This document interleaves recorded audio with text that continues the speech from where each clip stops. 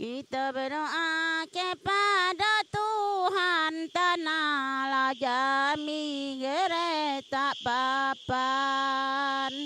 Kita berdoa kepada Tuhan tanahlah jami geretak papan.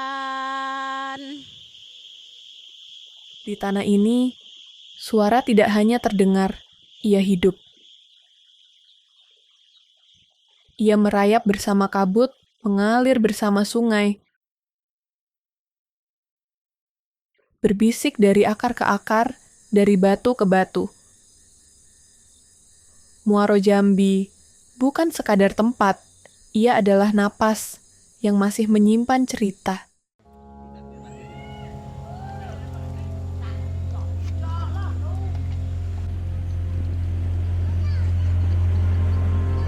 Tanah menyimpan jejak, lebih lama dari ingatan manusia. Di setiap butir padi, ada doa yang ditanam. Di tawa anak-anak, ada warisan yang diwariskan tanpa kata. Dan di tangan-tangan yang keriput, menggenggam tanah, berarti menggenggam sejarah. Di sini, ritual bukan sekadar perayaan. Ia adalah jembatan antara manusia dan semesta. Air sungai membawa persembahan, api dupa mengirimkan bisikan, tabuhan gendang meneguhkan ikatan.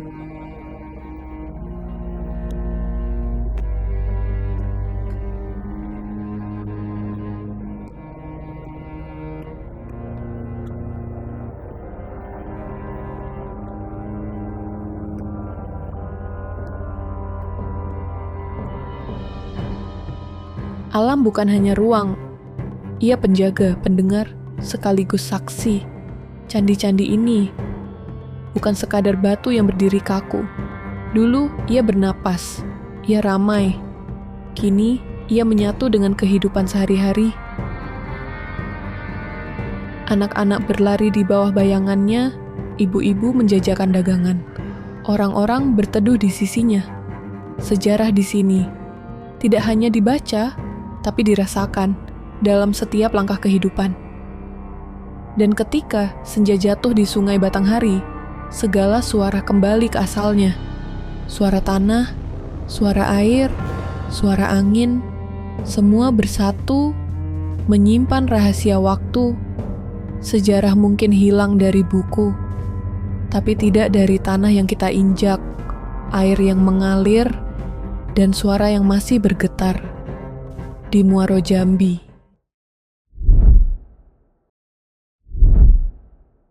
Kalau kita lihat secara luas ya, Kabupaten Muaro Jambi ada beberapa kultur yang memang sekarang banyak hilang ya. Nah, salah satu contoh adalah kita itu dulu disebutlah dengan kedaulatan pangan. Kita itu dulu berdaulat terhadap pangan. Nah, contoh gini, orang dulu bagaimana membuka sebuah lahan sawah itu melakukan beberapa ritus-ritus, ritual-ritual khusus. Dulu begini, orang pertama mau tanam padi, itu nggak boleh orang yang punya sawah, harus nenek mama nanam padi. Sebelum itu ditanam, malamnya orang berzikir bardah sampai pagi, main zikir bardah. Nah, setelah mereka tanam padi, nenek mama yang nanam padi, pertama baru kita bisa nandur yang punya sawah. Nah, setelah mereka tanam padi, tanggul sawah itu mereka mempangankan. Ditanamlah tanaman yang masanya 4 bulan. Seperti tomat, terong, timun, cabai, segala macam. Di saat padi ini mulai hamil, tanaman yang di tanggul itu berupa sayur digantilah dengan tanaman bunga-bunga. Karena orang dulu padi ini ya Dewi Sri. Padi ini lagi hamil dan itu menganggap padi itu ngidam. Maka ditanami bunga-bunga sepanjang itu. Nah, padi mulai keluar, baru mulai keluar, muncullah yang namanya padi ini dinyanyi-nyanyi, disebutlah senandung. Ada senandung jolo, begambang ini, bekerino. Itu semua nyanyi-nyanyian untuk alam. Terutama yang untuk padi. Dinyanyi. Setelah padi itu sudah masak, dipanen awal, itu tidak boleh orang yang punya padi. Tetap nenek mama yang panen awal. Pakai tuai. Kenapa pakai tuai? Karena orang dulu pantang padi itu lepas dari tangkai. Maka di saat tuaian pertama, itu nenek mama pakai selendang kayak mana ngindit bayi. Naiklah ke pondok, bilang sama yang punya padi, Assalamualaikum, inilah rezeki kau tahun ini. Padi yang pertama dipanen itu tidak boleh dimakan. Itulah nanti padi ditaruhlah di namanya belubur untuk bibit tahun depan. Nah, baru kita panen, padi tidak boleh dilepas dari tangkai, dibawalah semua balik ke rumah, taruhlah di belubur. Kapan mau makan beras itu dijemurlah yang kita bisa bukan nih semuanya dilepaskan dari tangkainya. Berapa yang mau kita makan, sekarang hitungnya gantang. Oh, satu gantang, ya satu gantang cuma kita ini. Seperti itu dulu bagaimana orang anu padi.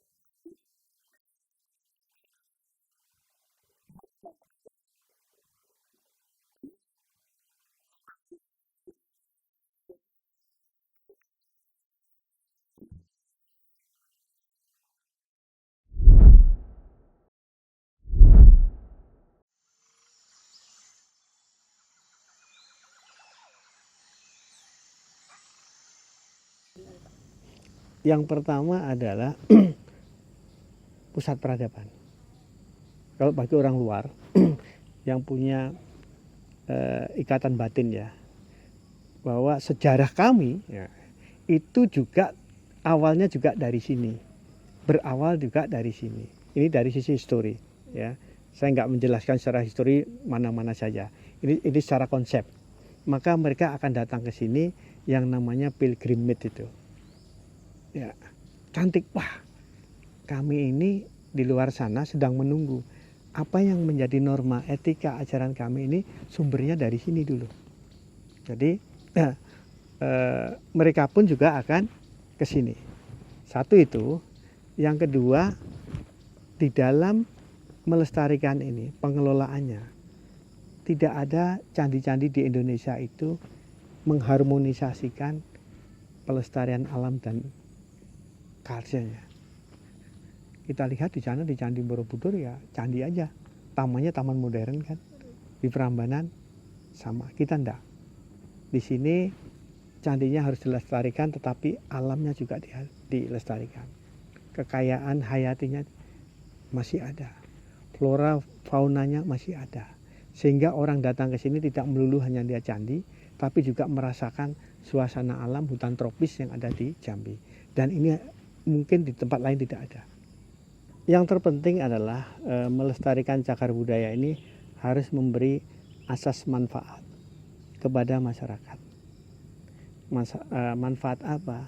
Yang pertama, masyarakat ini terkoneksi, ya, terhubung, ya. Apa yang ada di nilai cagar budaya dengan nilai-nilai hidup yang ada di masyarakat dan nilai-nilai budaya yang nanti bisa dikembangkan secara ekonomi. Apakah bisa? Makanan kita banyak, kaya. Apakah bisa untuk ekonomi? Bisa. Kemudian ada tradisi, ada kesenian. Apakah bisa? Bisa. Artinya apa? Kita ini superpower bidang kebudayaan, ya. Mulai dari bahasa, sastra, ya, kemudian cara hidup, ya, pertanian dan seterusnya, ya. Gastronomi ini adalah sebenarnya ladang hidup yang bisa ditumbuhkan dan dikembangkan. Dan itu semua terkait dengan cagar budaya. Karena tadi identitas. Ya, identitas bahwa nilai-nilai budaya yang ada di masyarakat ini kan dibangun ribuan tahun. Bukan setahun, 2 tahun, ribuan tahun. Buktinya apa? Ada peninggalan fisiknya. Kemudian apalagi buktinya? Sampai sekarang kami masih pakai tradisi itu. Nah ini cara kita nanti menumbuhkan di masyarakat. Bukan semata-mata cagar budaya itu tidak ada hubungannya dengan nilai-nilai hidup yang ada sekarang.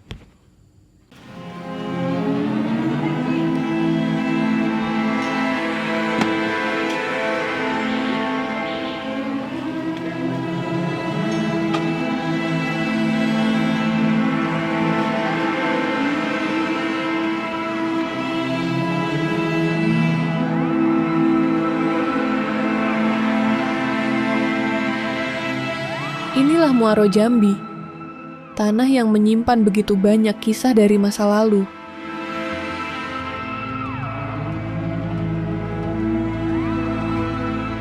Kisah yang lahir dari suara air, suara angin, suara langkah waktu, dan suara-suara itu tak pernah benar-benar hilang.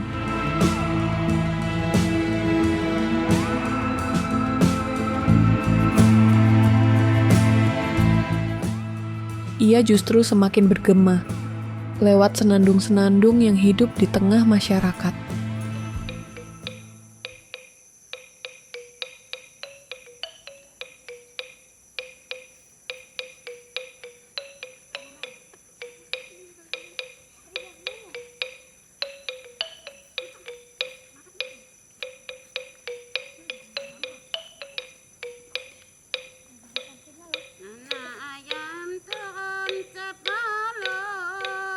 Mati satu tinggal demi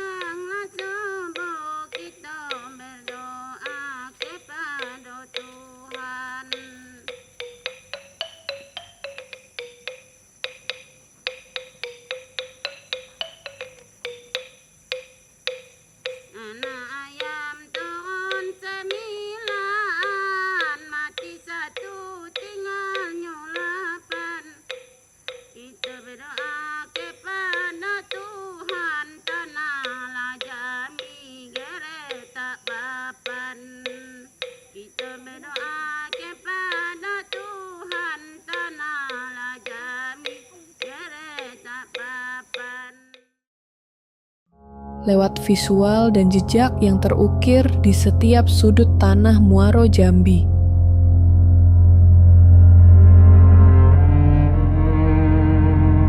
Di sini, suara masa lalu berbicara.